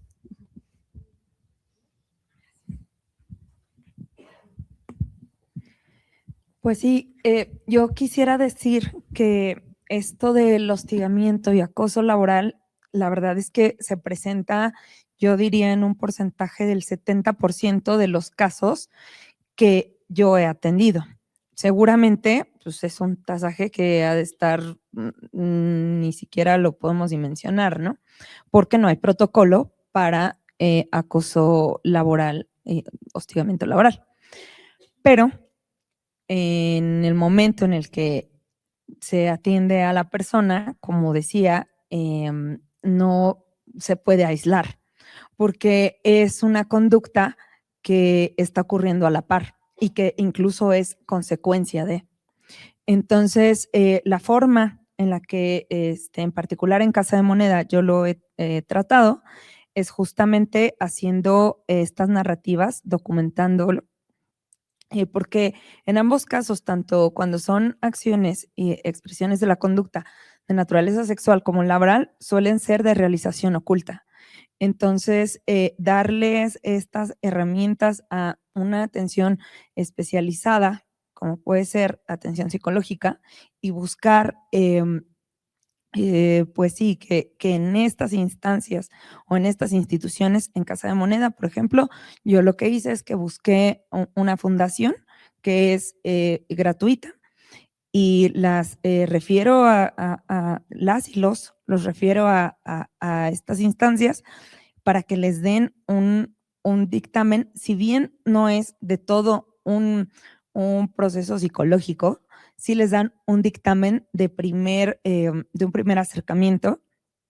Y esto hay un criterio jurisprudencial que dice que cuando se trata de estos actos de realización oculta, se da un análisis con perspectiva de género, cuando ese criterio viene dirigido hacia las mujeres, con perspectiva de género, y esta perspectiva incluye que la propia denuncia, por la estigmatización que trae detrás, sea un elemento y se debe de acompañar de otro elemento de convicción.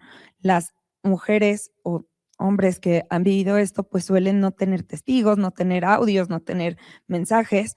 Entonces, por ejemplo, esta conducta que son miradas lascivas, pues para que se pueda probar, para un elemento de prueba es muy difícil. Entonces, el elemento de convicción, pues sirve el dictamen, ¿no? Entonces, muchas veces también sirve remitirlas para el hostigamiento y acoso laboral a estas instancias. Entonces, el tratamiento que en lo personal en Casa de Moneda se ha dado, documentarlo, que sirva como denuncia la narrativa que te están dando y hacer de conocimiento al comité, pero sí separar un poco las conductas para que pues tú puedas dar un seguimiento únicamente por lo que hace las de naturaleza sexual.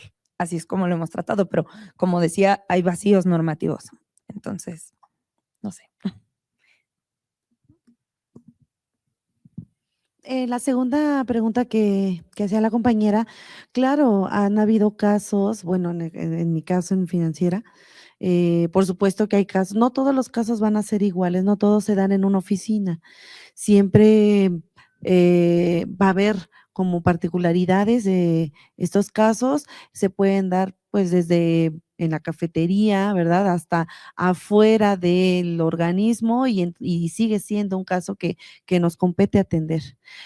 Recordemos que no nos toca solucionar, ¿no? No nos toca resolver el caso, más bien es el acompañamiento. Llegan y nos platican y entonces se canaliza, ¿no? Y se orienta. Pero por supuesto que no hay que perder de vista que hay que trabajar el protocolo y prepararnos y tener una comunicación estrecha con las instancias para que juntos podamos entonces atender el caso.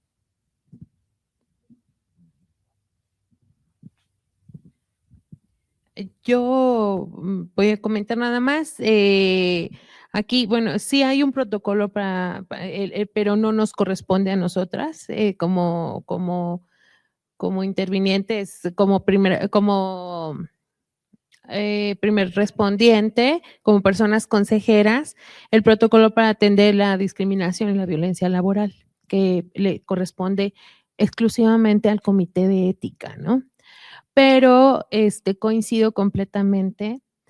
En la mayoría de los casos que yo he acompañado, si no es que todos, cuando hay una negativa de una conducta sexual hacia la persona que agrede, y esta persona tiene influencia laboral, se convierte en violencia laboral sistemáticamente hablando. Entonces, ahí lo que ha funcionado y lo que conversando con colegas de Buen Gobierno y del órgano interno de control es justo, y estos son tips que ya vamos viendo en la práctica, como dices, es separarlo. O sea, si bien necesitamos tener una narrativa, pero no puede entrar o no debería entrar caso de violencia laboral, hostigamiento laboral, junto con violencia sexual. Podemos entender que es parte de un contexto y de una situación en sí misma, ¿no? Que derivó, pero para darle atención y para que pueda derivarse y nosotros nos quedamos con la parte que es de violencia sexual y la denuncia en materia de violencia laboral o discriminación, porque ahí puede ser discriminación por razones de género, por una negativa a una conducta sexual, ¿no? Pero cada caso, o sea, cada caso es distinto, ¿no? Y esto que comentabas también, si ha llegado, yo entendí, quizás, no sé, entendí mal la pregunta de si un caso de violencia familiar o un caso de violencia que sucede en el hogar ha llegado a tocar la puerta de la persona consejera, sí, pero no tenemos atribuciones y no tenemos ninguna competencia. Tenemos, bueno, Comunidad de Igualdad de Género, sí se canaliza a estas instituciones de referencia para recibir asesoría legal, asesoría psicológica y en su momento, pues bueno, con otras redes de colectivas o mujeres que se lleguen a tener, pero no es competencia de las personas consejeras atender este tipo de casos. ¿De acuerdo? Perfecto. Había por allá otra, sí, aquí adelante una mano y allá atrás dos. Buenas tardes. Mi nombre es Ani, soy de Talleres de Impresión de Estampillas y Valores de la dirección y quisiera saber si realmente va a haber lugares específicos en cada unidad administrativa para atender a las personas que así lo soliciten. Porque me tocó que una persona consejera fue una de las víctimas a decir su caso. Y pues todo el mundo estaba escuchando, no había privacidad. Y pues todos escuchamos, ¿no? Y al rato pues se hizo una cosa que no era conveniente. Y la segunda es, yo tengo una gran duda en esto. Si nosotros como personas de primer contacto escuchamos a la víctima y somos empáticos y le damos la confianza, también tendríamos que escuchar si así lo solicita el victimario, ¿no? Esas son mis dudas. Bueno, compañeras, de una vez, si quieren, tomamos las preguntas que faltan y respondemos. ¿Sí? Hola. Buenas tardes, soy Olivia Flores, estoy en Procufiscal. Escucho con mucho interés sus participaciones, escucho con preocupación algunas dudas, pero yo quisiera compartirles un poquito de mi experiencia y abonando a las necesidades que detecto. Creo que sí es bien importante que pudiéramos, a través de la Unidad de Igualdad de Género, poder abrir un canal de comunicación, de capacitación, o de conversación, como se quiera llamar, con el Comité de Ética y con el órgano interno de control. ¿Por qué? Porque al final nuestras denuncias o la denuncia que nosotros ayudemos a canalizar va a llegar a esas instancias. Entonces, primero, bueno, esa sería una petición, la primera, ver si a través de la Unidad de Igualdad de Género pudieran generarse algunos talleres de trabajo donde ambas instancias, Comité de Ética y OIC, pudieran orientarnos para saber qué pasa por ahí adentro, ¿no? Sí sabemos el procedimiento, sí hemos leído lo que pues en nuestros propios correos aparece, en fin, pero creo que sería como algo concentrador y pertinente por un lado. Por otro lado, escucho con preocupación, por ejemplo, esta necesidad de repente de disociar entre la violencia laboral y la violencia sexual. Evidentemente nosotros cuando escuchemos a una presunta víctima vamos a tener a un ser integral. Esto es, no vamos a poder decirle, no, a mí, o sea, platícame nada más la parte sexual o lo que pensamos o lo que yo pudiera caracterizar tal cual. No, o sea, somos personas que de manera voluntaria estamos escuchando para canalizar institucionalmente una situación. Evidentemente, en el camino nos vamos a encontrar con, pues tanto con la violencia laboral, porque se expresa, la violencia no es una, asume muchas caras, ¿no? Entonces vamos a encontrarnos tanto con discriminación, violencia laboral, violencia sexual, ¿no? Trátese de acoso o hostigamiento.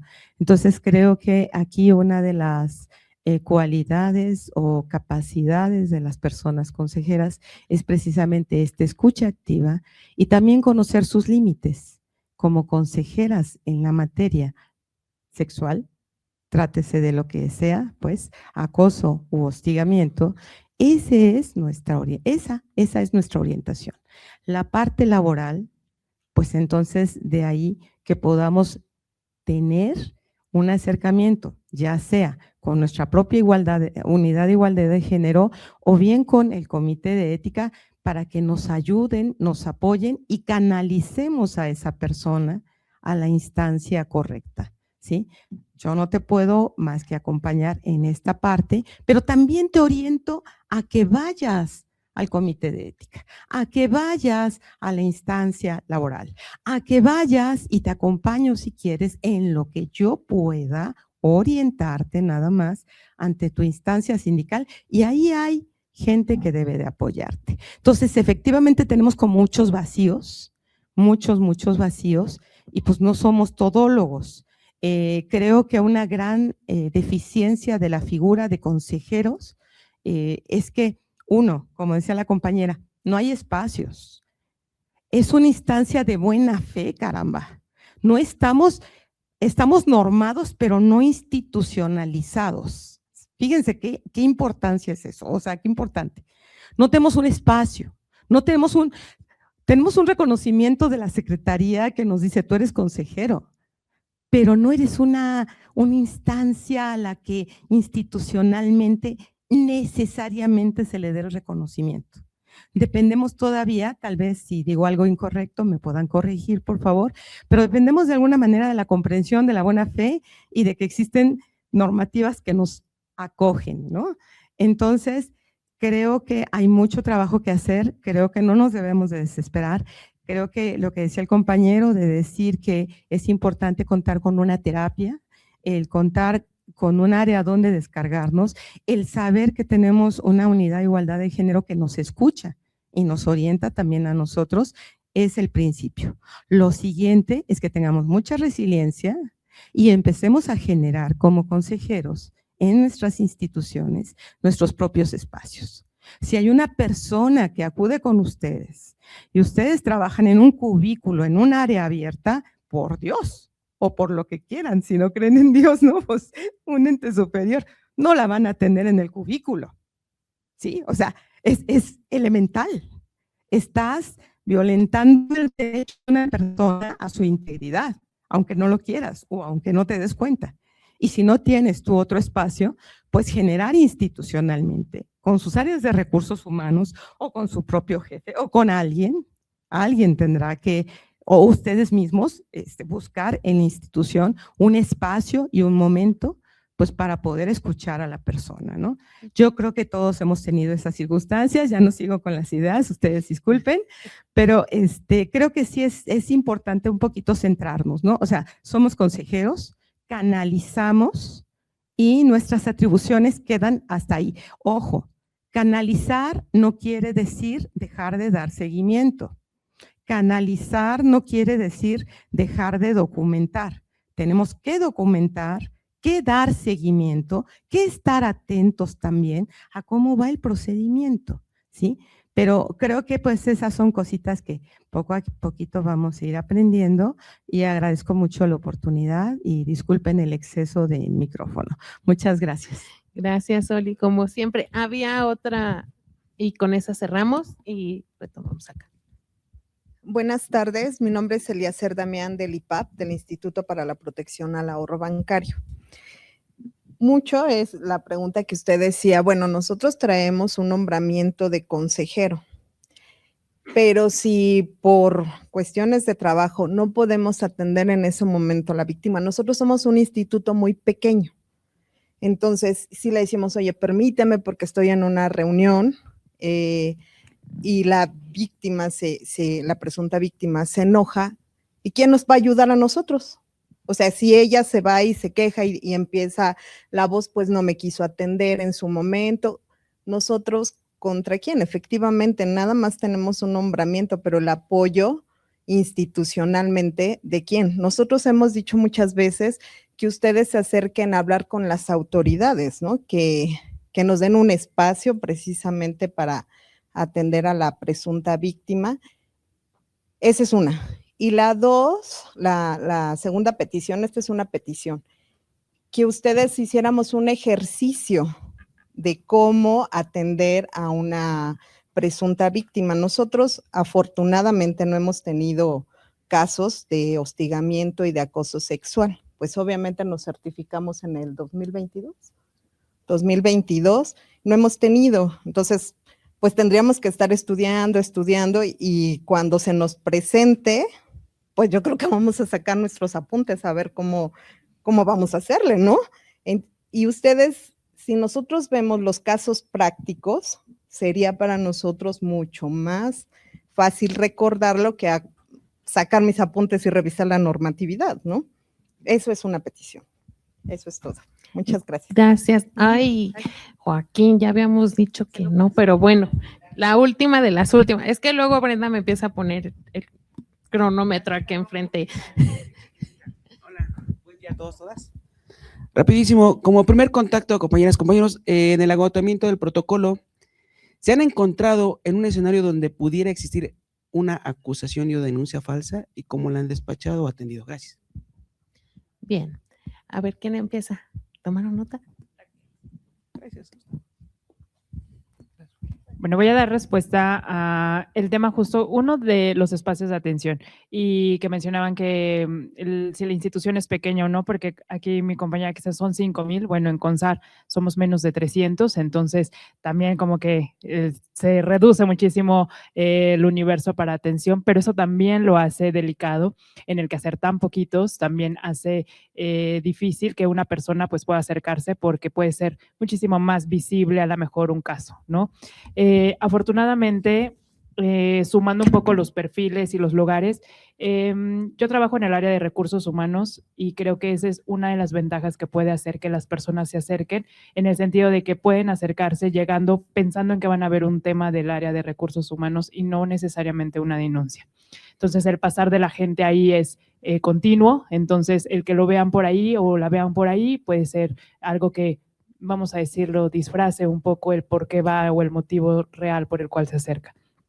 Otra de las cosas es que yo decía, me acompaño de la otra persona consejera, o sea, siempre que llega un caso, si pueda ser de presunta víctima, puedo decirle a la persona, existe también otra persona consejera, ¿no? Porque a lo mejor solo piensa que soy yo y que tiene un perfil que es abogado, si quieres puedes estar presente o no, lo invitamos o no, y queda abierto también a la presunta víctima y puede decir sí, no, y en ese momento le digo, entonces dame oportunidad, a ver si nos reunimos en una hora, pensando también en que la persona puede estar como tranquilizar un poco esa parte. Desde luego no se le niega la atención de manera directa, ¿no? Porque puede ser, les digo, un caso en el que llegue directamente a quererlo narrar, ¿no? Y no va a haber forma de contenerlo, ni me va a dar oportunidad de ofrecerle a lo mejor la otra posibilidad.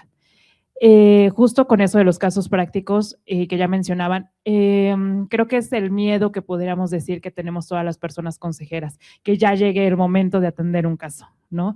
Y es justo en el que, ¿qué hacemos? Y me pasó a mí, en algún momento de decir a dónde dejé el protocolo, dónde quedó el formato, porque a lo mejor pues está ahí, eso sí, lo sugiero, tener como esa carpeta a la mano de las cosas básicas, desde la hoja blanca, los pañuelos, el protocolo, algo ahí a la mano y cercano para que puede surgir en cualquier momento. Entonces esa es una recomendación, pero creo que aun cuando vemos muchos casos, aún así el temor siempre sigue y los casos van a ser diferentes. Entonces, ¿qué sugiero? La actualización es importante, estos espacios enriquecen y creo que nos sigan dando herramientas ayuda aún más en decir con quién me acerco o a quién le pregunto. Esta parte de hacer preguntas sobre si les ha pasado o no, es porque justamente creo que todos queremos saber qué hacer en caso de que nos llegue una situación similar. Entonces, aun cuando tengamos mucha capacitación, pero es importante, yo insistiría en tener talleres prácticos de casos reales con una dramatización de verdad,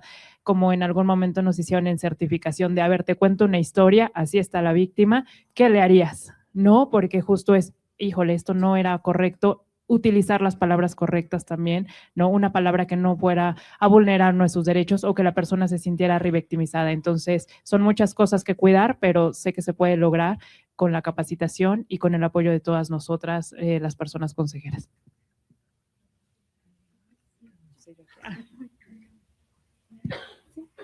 ¿Alguien más?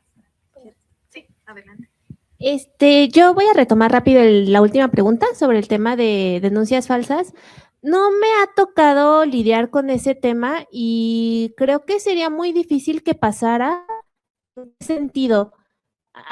Conmigo llega una persona que me dice que le sucedió A, B y C, yo la atiendo, sigo el procedimiento, si la persona decide denunciar, se le acompaña, denuncia, y tal vez después las instancias correspondientes determinen que no hay elementos o que no ocurrió lo que la persona dijo, pero eso ya no me toca a mí. Entonces, vería muy, muy difícil que una persona consejera tenga que lidiar con una denuncia falsa, porque ¿cómo tú sabrías que es falsa si a ti no te toca investigar, no? Entonces, cualquier persona que llegue se le atiende y pues se le escucha con respeto, con empatía, se procede como la persona desee una vez que se le dieron las herramientas y las opciones. Entonces, en ese sentido, vería como muy complicado esta situación de cómo lidias con una denuncia falsa. No sé si me expliqué. Y solo para complementar esta parte de las denuncias falsas, yo creo que el hecho de nosotros tener el marco normativo, como decíamos, y por tener toda esta capacitación, decirle a una persona que una vez que accione un mecanismo, ¿no? Este mecanismo tampoco lo podemos detener. También, no un poco como para intimidar, pero sí hacerle saber que existen estas 3 vías, cuál es el alcance de cada una de las vías, cuál es el alcance que tenemos nosotras, las personas consejeras, y también el tema de decir que pueden utilizar las distintas vías también de manera simultánea, porque a lo mejor hay un caso que necesite atención de vía penal, ¿no? Y también sea un tema de comité de ética o digan, no, me quiero ir directamente con el órgano interno de control. Eso lo deciden ellas, pero dándoles justamente los alcances de cada una de las instancias, de las vías, y que justo al accionar un mecanismo, pues también nosotros no podemos hacer algo para detenerlo. Bueno, en mi caso en financiera no me ha tocado tampoco algún caso así. Hay que confiar en la institución, en las áreas que justo en su competencia hacen la investigación y hasta donde nos compete, pues bueno, ya después sabremos si tuvieron los elementos o no.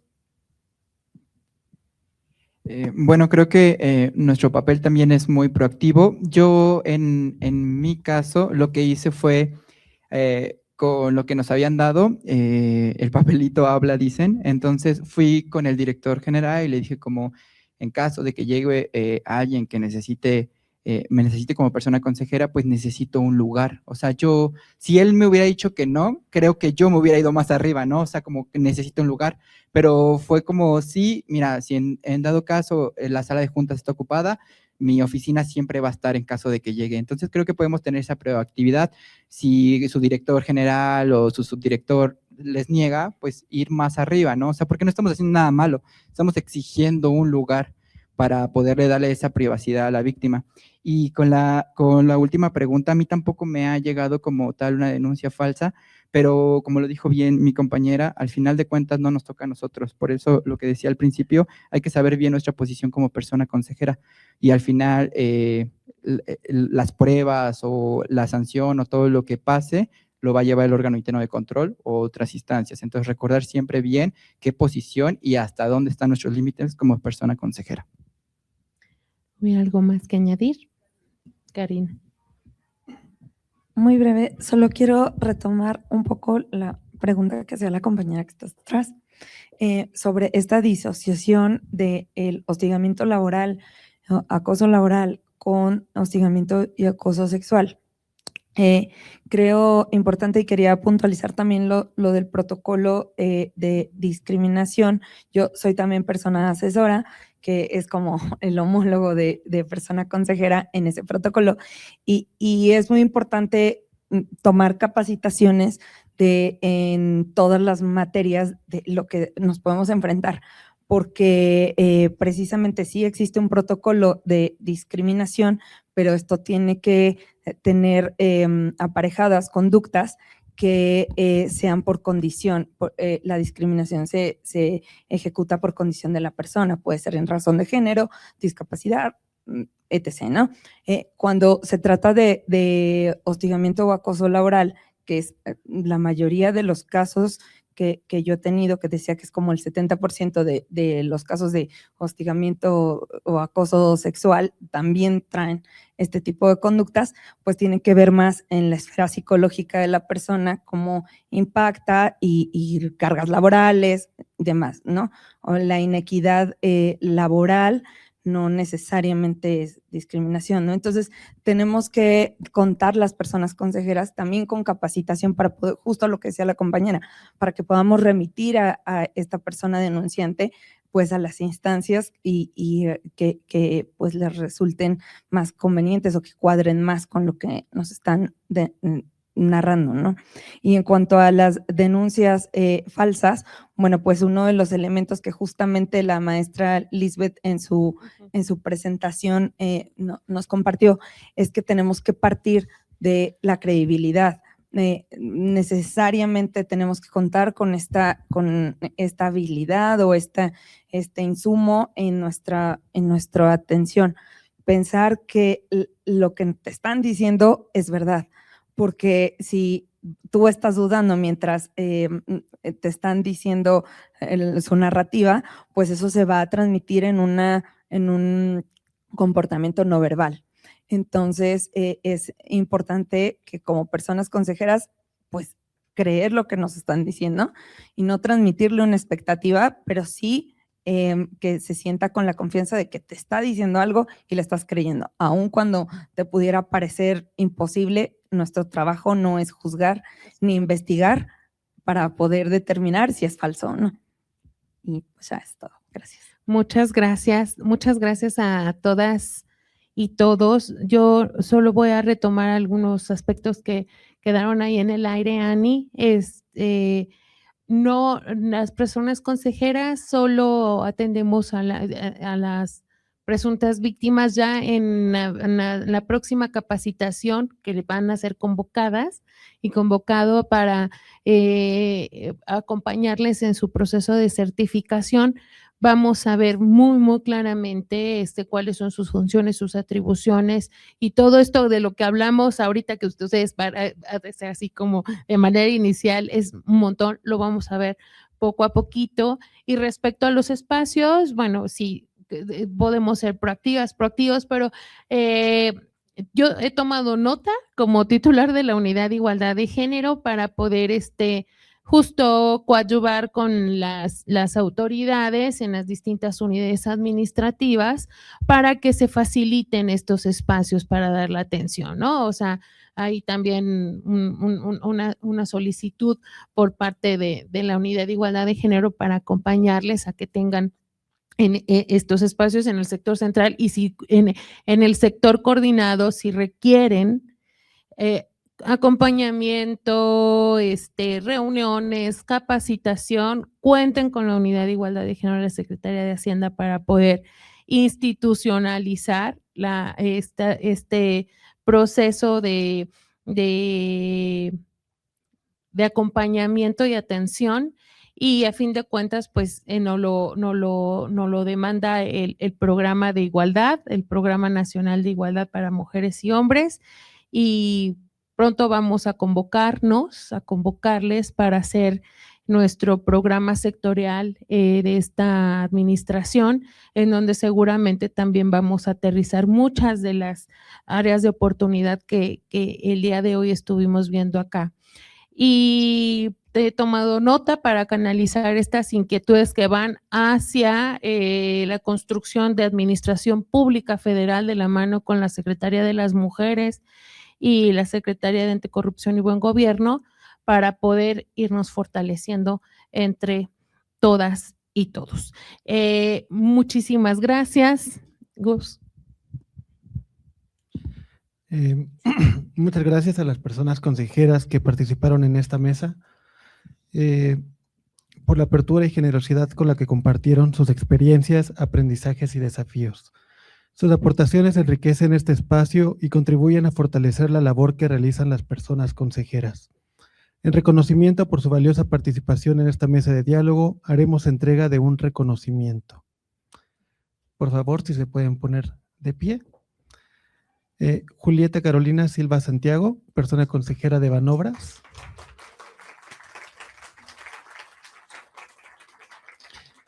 Lizeth Karina Jasso Espino,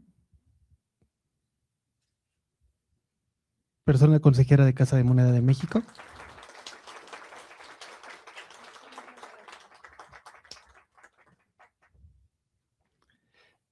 Claudia Raquel Rentería Espinosa, persona consejera de CONSAR.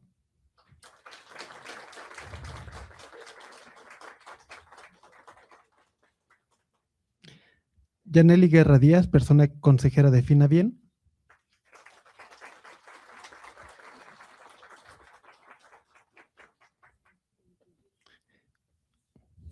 Y José Manuel Rosas Méndez, persona consejera de la Secretaría de Hacienda.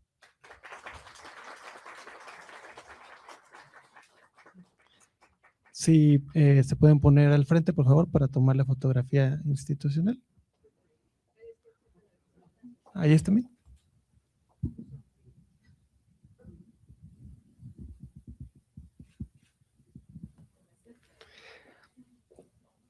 Muchas felicidades y nuevamente muchas gracias.